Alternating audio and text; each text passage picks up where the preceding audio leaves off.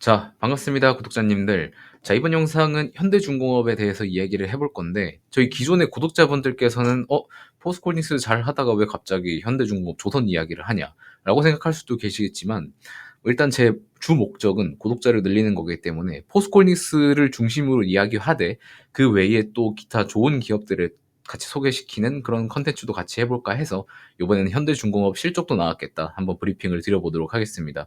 그리고 저도 포스코홀딩스를 공부하면서 이제 조선업에 대한 공부도 꽤 많이 해온 사람으로서 조선업에 대해서 여러분들이 좀 알고 가셨으면 좋겠다는 부분도 많거든요.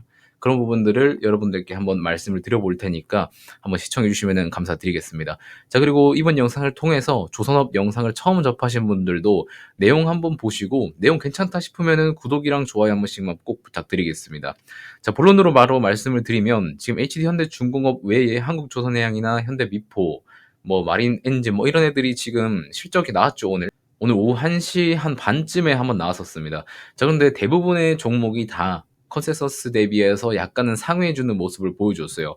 자, 우리가 제일 걱정했었던 부분은 뭐냐면 3분기에는 조업일수 감소 때문에 이러한 부분이 우리는 3분기 실적에 약간 약세를 보일 거다라는 우려를 가지고 있었는데, 이런 것들을 다 감안했을 때도 컨센서스 상회를 하는 모습을 보고, 우리는 이제 조선업들 진짜 호황이다, 이거는 갈 수 있겠다라고 생각을 했지만, 실적 발표 이후에 하락하는 모습을 보여줘서 되게 실망하신 주주분들도 계실 거고, 역시 한국 주식은 안 돼 라고 생각하시는 주주분들도 분명히 계셨을 겁니다. 하지만 우리는 꼭 잊어서는 안 될 거는 뭐냐면, 조선업은 이제 호황이 다시 시작되는, 초입에 들어왔었을 때가 2분기였고요. 그리고 3분기 조업일수 감소 부진 시기를 지나서 4분기 때는 더 높은 실적을 보여줄 거라는 것을 우리가 잊어서는 안 된다는 것을 좀 말씀드리겠습니다. 자, 그래서 보시면은 지금 기업에서 발표한 자회사 연결기준 실적 분석인데, 지금 HD한국조선해양 같은 경우는 영업이익이 적자지속 별도 기준으로 적자지속이지만 얘는 HD현대 사모를 봐야겠죠. 사모 같은 경우에는 전분기 대비해서 1.2% 늘어났습니다. 자, 그리고 HD현대중공업 같은 경우에도 원래는 좀 감소를 예상을 했었는데 전분기 대비해서 5.4%나 개선되는 모습을 보여줬고요. 자, 그리고 HD현대미포가 굉장히 큰 모습을 보여주고 있습니다. 분기 대비해서 102% 정도 상향을 했는데, 지금 현대미포가 현대그룹스타 중에서 제일 제품 믹스의 개선이 빠릅니다. 이 제품 믹스라는 것은 지금까지 받아온 수주 물량의 배분을 말하는 거거든요. 그래서 21년도 수주 물량, 22년도 수주 물량, 23년도, 24년도 요 제품 마진의 믹스를 얘기를 하는 거거든요. 근데 오른쪽으로 갈수록 23년도, 24년도로 올수록 제품의 마진이 엄청 많이 개선이 돼요. 자, 그런데 이 밑에 있는 좋지 않은 마진을 제일 빨리 쳐낸 데가 현대미포라고 보시면 됩니다. 자, 그렇기 때문에 다른 그룹사 대비해서 영업이익이 제일 크게 뛴 것도 보실 수 있는 부분이고요. 자, 그리고 현대마린엔진 같은 경우에는 직전 분기 대비해서 약간 하락했고, 현대에너지솔루션 같은 경우에는 마이너스 5.7% 하락하면서 지금 조선사 중에는 현대미포와 현대사모, 현대중공업 이렇게 세 개가 좋은 모습을 보여주고 있었습니다. 자, 그런데 이러한 실적에도 왜 하락을 했는지는 저도 좀 의문이긴 해요.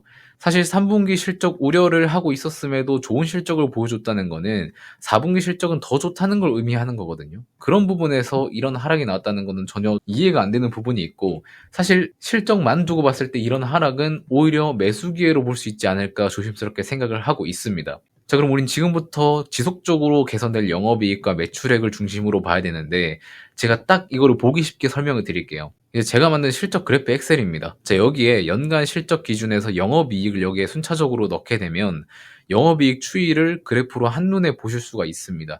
자, 보통 주식 같은 경우에는 뭘 하든 죽이 되든 밥이 되든 결국에 주가의 방향은 실적에 따라갈 수밖에 없습니다. 자, 그래서 HD현대중공업 같은 경우에 영업이익이 이 정도 수준인데 제가 미리 적어왔어요. 자, 그럼 보시면은 21년도 때 이때부터 호황기라고 했지만 이때는 어쩔 수가 없었죠. 왜? 후판 가격도 같이 올랐기 때문에 영업이익률이 되게 좋지가 않았었습니다. 자, 그런데 후판 가격이 어느 정도 안정화되고 고마진 수주가 어느 정도 붙다 보니까 영업이익이 굉장히 크게 개선되는 모습을 보여주고 있죠. 자, 그리고 24년도 실적, 우리는 지금 이 구간에 있는 거예요. 그러면은 아직까지 남아있는 영업이익 구간, 여기를 우리를 생각해 봤을 때는 주가는 오히려 여기서 더 상승할 수 있는 폭이 남아있다고 보시면 되는 겁니다.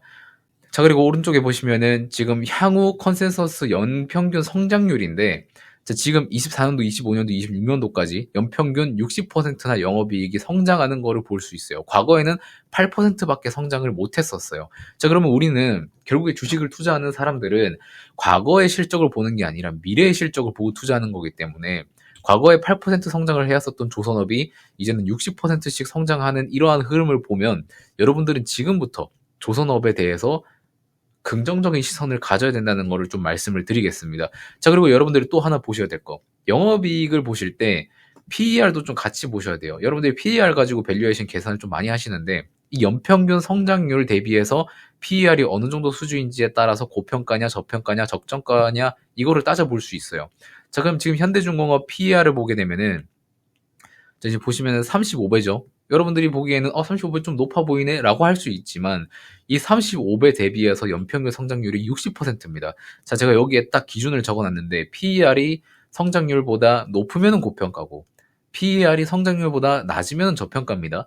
자, 근데 PER이 35%고 연평균 성장률이 60%입니다. 그러면은 PER이 성장률보다 낮죠? 그러면은 주식은 지금 저평가라는 상태인 겁니다. 단순히 펀더멘탈적으로만 계산해봐도 지금 조선업종들은 너무나도 싼 밸류를 가지고 있다라고 보시면 되는 거고 지금 현대중공업 같은 경우에는 다른 조선사들 대비해서 선박 같은 경우에도 만들지만 MRO 사업도 하고 있고 함정 사업도 하고 있고 그리고 엔진 사업도 하고 있습니다. 자, 이 엔진과 함정 사업만 보더라도 다른 조선사들 대비해서 플러스 20%의 밸류는 더 줘야 된다는 거를 좀 말씀을 드릴게요. 자, 그러면은 지금 한국조선해양, 현대미포 뭐 이런 것들도 다 좋지만 여러분들이 중심적으로 투자해야 되는 거는 HD 현대중공업 쪽이 여러분들이 상방을 보실 때 더 높게 보실 수 있는 메리트가 있다는 거를 좀 말씀을 드리겠습니다. 자, 그리고 또 하나. 최근에 이제 중국 쪽으로 컨테이너선 많이 뺏긴다고 막 얘기를 하고 있죠. 자, 그런데 이 부분도 얘기를 여러분들께 드릴 수 있는 부분이 있어요.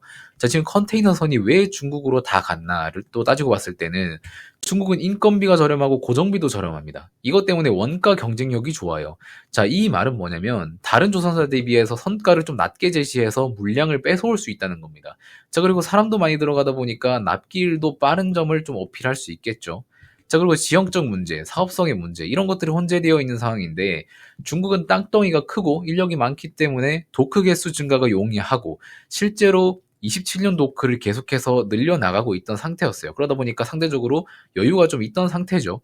자, 반면에 한국조선사 같은 경우에는 27년 도크는 꽉 차 있고 28년도 수주를 하고 있는 상태이기 때문에 저가 컨테이너 선을 계속해서 들여오는 것보다 고부가 LNG 선이나 아니면은 뭐 가스나 암모니아선 같은 것들 수주를 계획 중에 있었습니다. 실제로 최근에는 수주를 받았죠.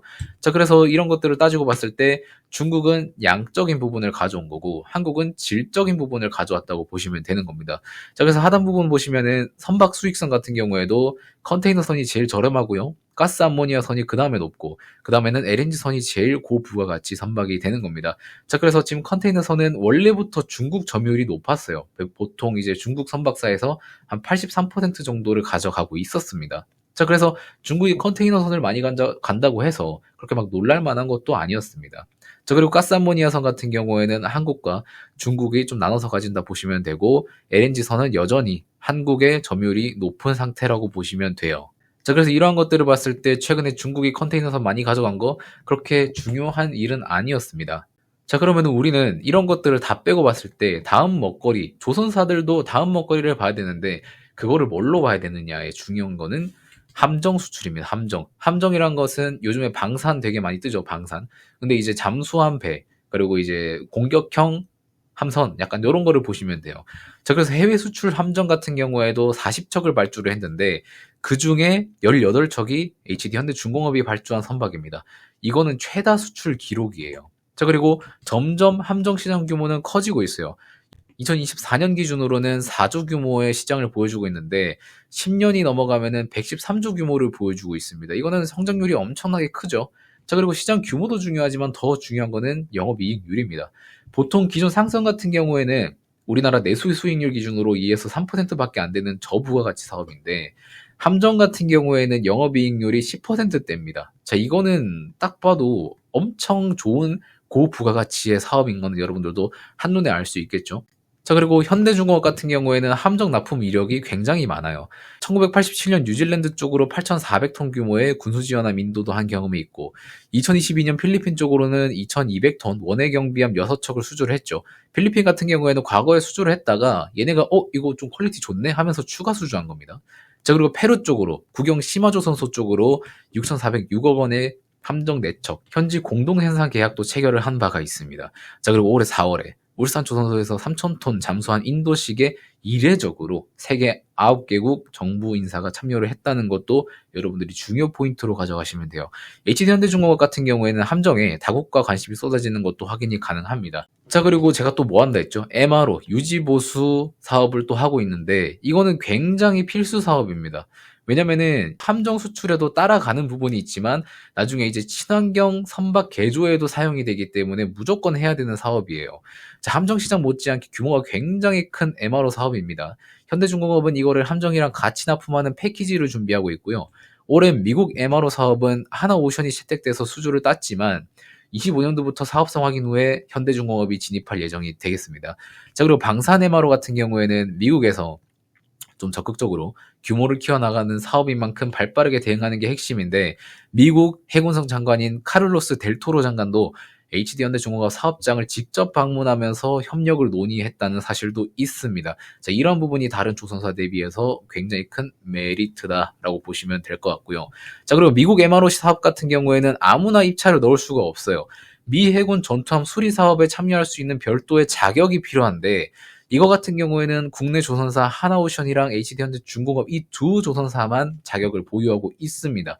이런 부분에서 우리는 현대중공업을 봐야 되고, 하나오션 같은 경우는 아직 적자 개선에서 적극적으로 빠져나오지 못했기 때문에 아직 현대중공업보다는 매력이 없죠. 그러면은 결국에는 HD현대중공업을 봐야 된다라고 좀 말씀을 드리고 있고, 자, 그리고 친환경 선박 개조 같은 경우에도 지금 유럽에서 친환경 탄소 배출 감축 제재를 내년부터 본격적으로 시행을 하게 돼요. 그래서 무조건 탄소 배출, 현재 탄소 배출의 2%는 무조건 줄여야 됩니다. 이런 것들을 지금 친환경으로 개조를 해야 되는데, 지금 전 세계에서 선박들이 친환경 개조가 거의 안 된 수준입니다. 이런 것들을 봤을 때 이쪽으로 수주가 들어올 가능성이 매우 높다. 물 밀려 들어올 가능성이 매우 높다는 점을 여러분들께 강조를 드리겠습니다. 자, 그래서 지금 주가만 보면 지금 박스권에서 많이 벗어나지 못하는 모습을 보여주고 있는데, 4분기로 갈수록 주가가 계속해서 점진적으로 상승할 것을 기대할 수 있고, 그리고 실적 같은 경우에는 우리가 이미 다 알고 있듯이 계속해서 상승이 나와주고 연평균 60% 영업이익이 개선되는 걸 감안을 했을 때, 우리가 지금 장기 투자로 접학한 종목은 바닥권에 있는 2차전지, 그리고 지금 상승권에서 머물러서 추가 상승을 준비하고 있는 조선 섹터, 이거 두 개밖에 없다고 여러분들께 말씀을 좀 드리도록 하겠습니다. 굉장히 말을 좀 많이 하고 빨리 했는데 여러분들이 좀 잘 이해를 하셨으면 좋겠다는 말씀을 드리겠고요. 자, 그리고 제가 열심히 브리핑한 만큼 구독과 좋아요는 꼭 부탁드리도록 하겠습니다. 조선 같은 경우에는 장기 사이클, 장기 슈퍼 사이클이 왔기 때문에 꾸준히 브리핑 드릴 수 있는 부분은 계속해서 브리핑 드릴 거니까 구독이랑 좋아요 꼭 해보시고 소식을 많이 받아보셨으면 좋겠습니다. 아시겠죠? 자, 그러면 이번 영상은 여기서 마무리하도록 하겠고요. 저는 다음 영상에서 또 만나뵙도록